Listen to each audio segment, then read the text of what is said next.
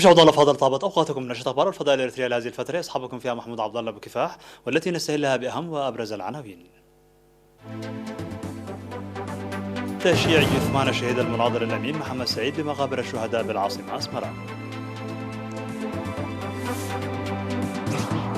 الإريتريون في الرياض يقيمون سرادق عزاء لتأمين فقيد البلاد الشهيد المناضل الأمين محمد سعيد. جهود لتوسعة إصلاح طريق كرن أسمار.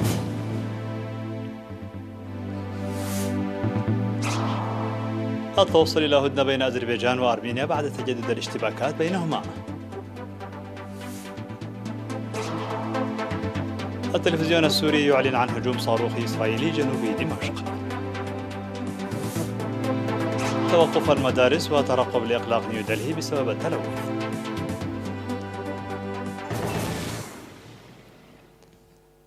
مرحبا بكم من العناوين إلى التفاصيل. جرت اليوم مراسم تشييع جثمان سكرتير الجبهة الشعبية للديمقراطية والعدالة المناضل الوفي والقائد الفذ الشهيد الأمين محمد سعيد الأمين في مقبرة الشهداء بالعاصمة أسمرة، بحضور فخامة الرئيس ياسر أفورقي وكبار مسؤولي الحكومة والجبهة وقادة الجيش ورجال الدين. للمزيد من التفاصيل حول هذا الخبر إليكم التقرير التالي بصوت الزميل قاسم أحمد.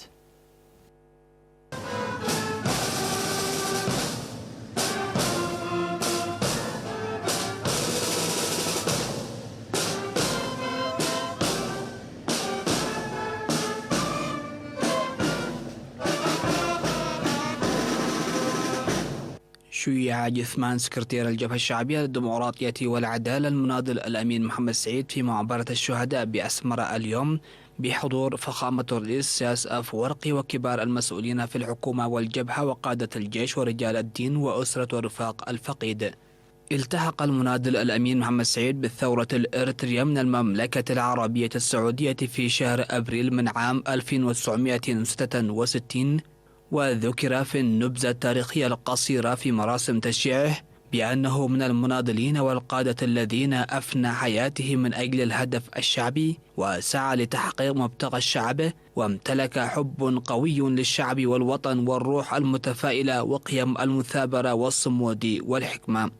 وانتخب المناضل الأمين محمد سعيد في المؤتمرات الثلاثة للجبهة الشعبية لتحرير إريتريا عضوا في المكتب السياسي، وعمل ل10 سنوات مسؤولا للعلاقات الخارجية ومسؤولا للإرشاد القومي ل4 سنوات، ووزيرا للإعلام والثقافة ل3 سنوات، وسكرتيرا للجبهة الشعبية للديمقراطية والعدالة من المؤتمر الثالث عام 1994 وحتى استشهاده بقيادة كفؤة متفانية ومثالية. شارك المناضل الأمين محمد سعيد رئيسا وعضوا في وفد الجبهة الشعبية في المفاوضات التي جرت مع ممثلي نظام الدرج، مرة بمبادرة الاتحاد السوفيتي وأخرى بمبادرة الولايات المتحدة الأمريكية. لقد أمضى المناضل الأمين محمد سعيد الذي وافته المنية عن عمر بلغ 74 عاما 55 عاما من عمره في النضال للاستقلال الوطني وبناء الوطن، 44 منها في المستوى القيادي الأعلى. وإلى جانب مهامه القيادية كتب 3 كتب والكثير من المنشورات السياسية. وضع فخامة الرئيس ياسر أفورقي أكاليل الزهور في مراسم الدفن على قبر الشهيد المناضل الأمين محمد سعيد.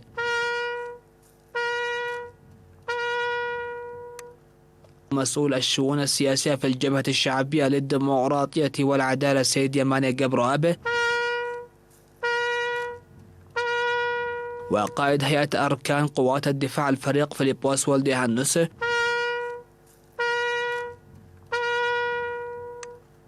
وباسم أسرته أمير الأمين.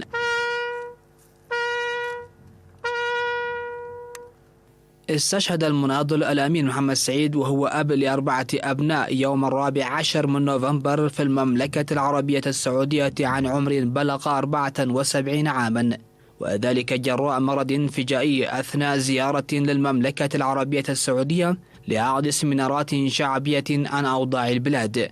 وتعرب الحكومة الإريترية والجبهة الشعبية للديمقراطية والعدالة عن بالغ حزنها لاستشهاد المناضل الوفي والقائد المثالي الأمين محمد سعيد، وتقدم تعازيها الحارة للشعب الإريتري وأسرته ورفاقه.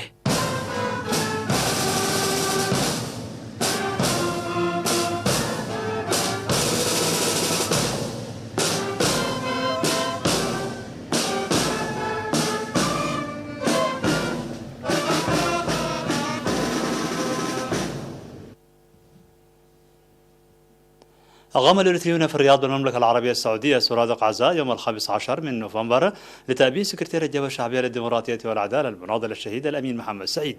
وألقت القائمة بأعمال السفارة الإريترية في المملكة العربية السعودية السيدة ويني جرزجير خلال المناسبة التي حضرها المئات من المواطنين نبذة تاريخية قصيرة عن السيرة النضالية للشهيد الأمين محمد سعيد، موضحة بأن الرياض دخلت في سجل الشرف لاستضافتها السمينار الذي عقده الفقيد تحت شعار التعبئة كضرورة مرحلية.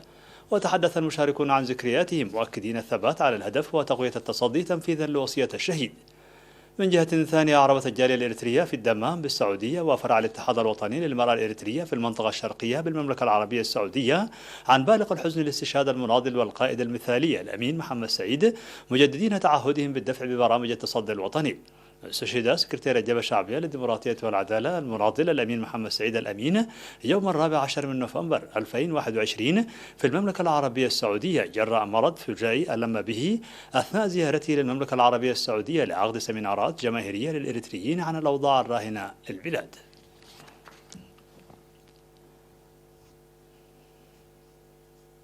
أعلنت وزارة الصحة بأن الفحوصات المخبرية التي أجريت اليوم في مراكز العزل والفحص أظهرت إصابة 15 مواطنا بفيروس كورونا، فقد ظهرت 7 من الإصابات في الإقليم الأوسط بمناطق 4 أسمرة وطابة وعداق حموس وتسارات وعداق عربي وسنبل وقحوتة ووسط المدينة، و5 بالإقليم الجنوبي، 2 في عدو خالة و2 في دبهروة وإصابة في مندفرة وإصابتان في إقليم عنسبة، 1 في كرن والثانية في قلب، وكذلك إصابة 1 في بارنتو بإقليم القاشبركة.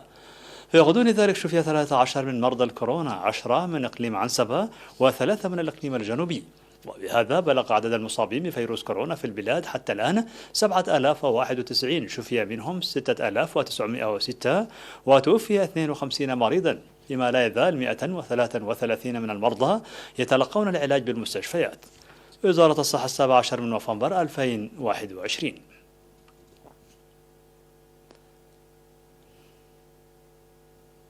تجري أعمال توسعة وإصلاح لطريق عسرته بدعم الآليات على طريق أسماط كرن، والذي كان يعيق سير المواصلات في المنطقة.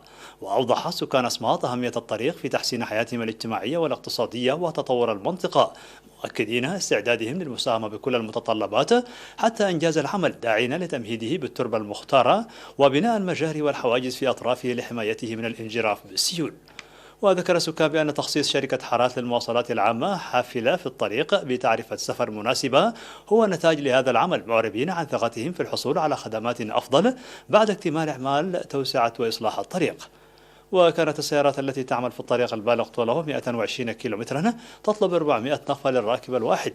ومع بدء مواصلات شركة حارات أصبح يحصل المواطن الواحد على الخدمات بسعر 40 نقفة.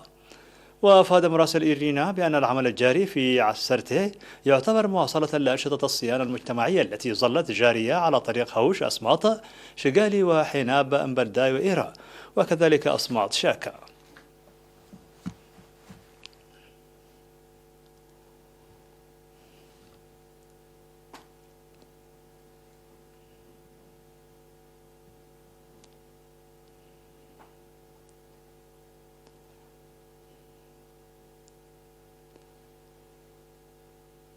مشاهدينا الفاضل، كانت هذه الأخبار الداخلية. فاصل قصير ونوافيكم بالأخبار العالمية، فابقوا معنا.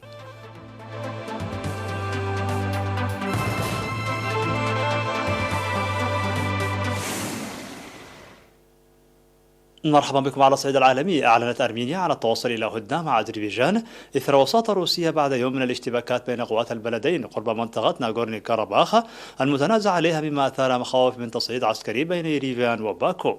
وفي هذا الشأن أفادت وزارة الدفاع الأرمينية في بيان أنه بوساطة من الجانب الروسي تم التوصل إلى اتفاق لإنهاء إطلاق النار على الحدود الشرقية لأرمينيا. وأشار البيان إلى مقتل جندي أرميني وجرح آخر في الاشتباكات، وتبادل الجانبان التهم ببدء الهجوم والاستفزاز. وكانت وزارة الدفاع قد أوردت في وقت سابق سقوط قتلى في الجانب الأرمني خلال الاشتباكات.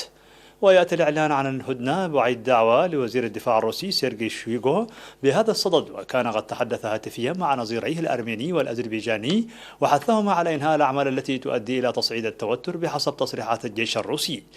وكانت وزارة الدفاع الأرمينية قالت في وقت سابق أن هجوما للقوات الأذربيجانية على مواقع القوات الأرمنية أدى إلى سقوط قتلى وجرحى في الجانب الأرميني، مضيفة أن يريفان فقدت السيطرة أيضا على موقعين عسكريين.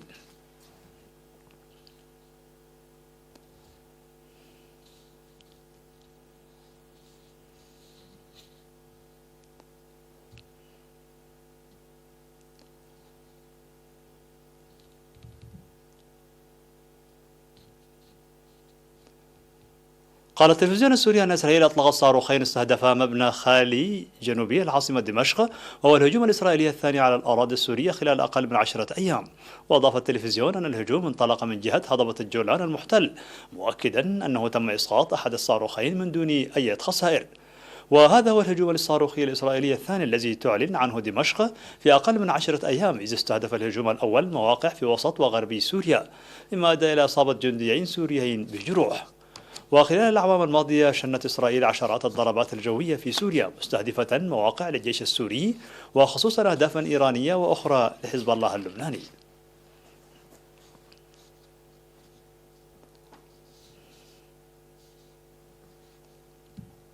قالت وسائل إعلام أن العاصمة الهندية نيودلهي والعديد من الولايات المحيطة أغلقت المدارس ففرضت أوامر العمل من المنزل في محاولة منها لمعالجة مستويات التلوث المميتة التي تغلف المنطقة مرة أخرى. وخلال الأسابيع الماضية فيما أصبح حدثا موسميا مخيفا، عانت نيودلهي من مستويات تلوث أعلى 20 مرة من المستويات التي اعتبرتها منظمة الصحة العالمية صحية، حيث استغر ضباب دخان بني كثيف فوق المدينة. ويؤدي انخفاض درجة الحرارة وتغير ضغط الهواء وقلة الرياح مع قدوم الشتاء إلى احتباس التلوث فوق المدينة مثل المظلة السامة. واشتكى الأشخاص الذين خرجوا من المنزل من ألم في العيون والقثيان وصعوبة التنفس والخمول الناجم عن الهواء السام. وأبلغ الأطباء عن ارتفاع حاد في حالات الدخول المتعلقة بمشاكل في الجهاز التنفسي والقلب.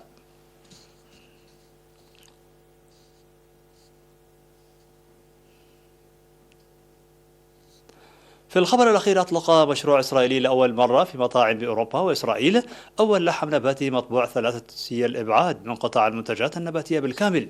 ويمكن للشركة التي أطلقت أول لحوم بقر مطبوعة ثلاثية الأبعاد في عام 2018 طباعة ما يصل إلى 10 كيلوغرام من اللحوم النباتية في الساعة. وتهدف قطاع اللحم البقري إلى نسيج اللحم الحقيقي، وتعتمد على بروتين الصويا وفول الصويا. ويأتي هذا الإطلاق في الوقت الذي نما فيه سوق البروتين النباتي، وظهرت شركات أغذية متعددة الجنسيات في هذا المجال.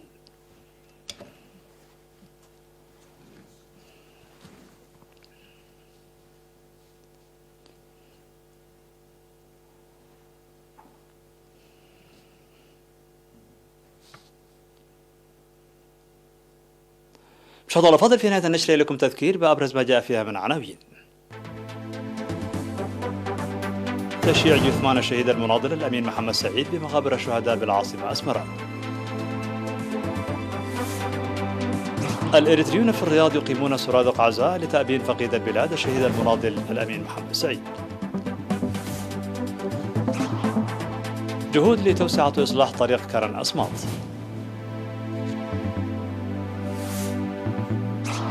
التوصل إلى هدنة بين أذربيجان وأرمينيا بعد تجدد الاشتباكات بينهما. التلفزيون السوري يعلن عن هجوم صاروخي إسرائيلي جنوبي دمشق.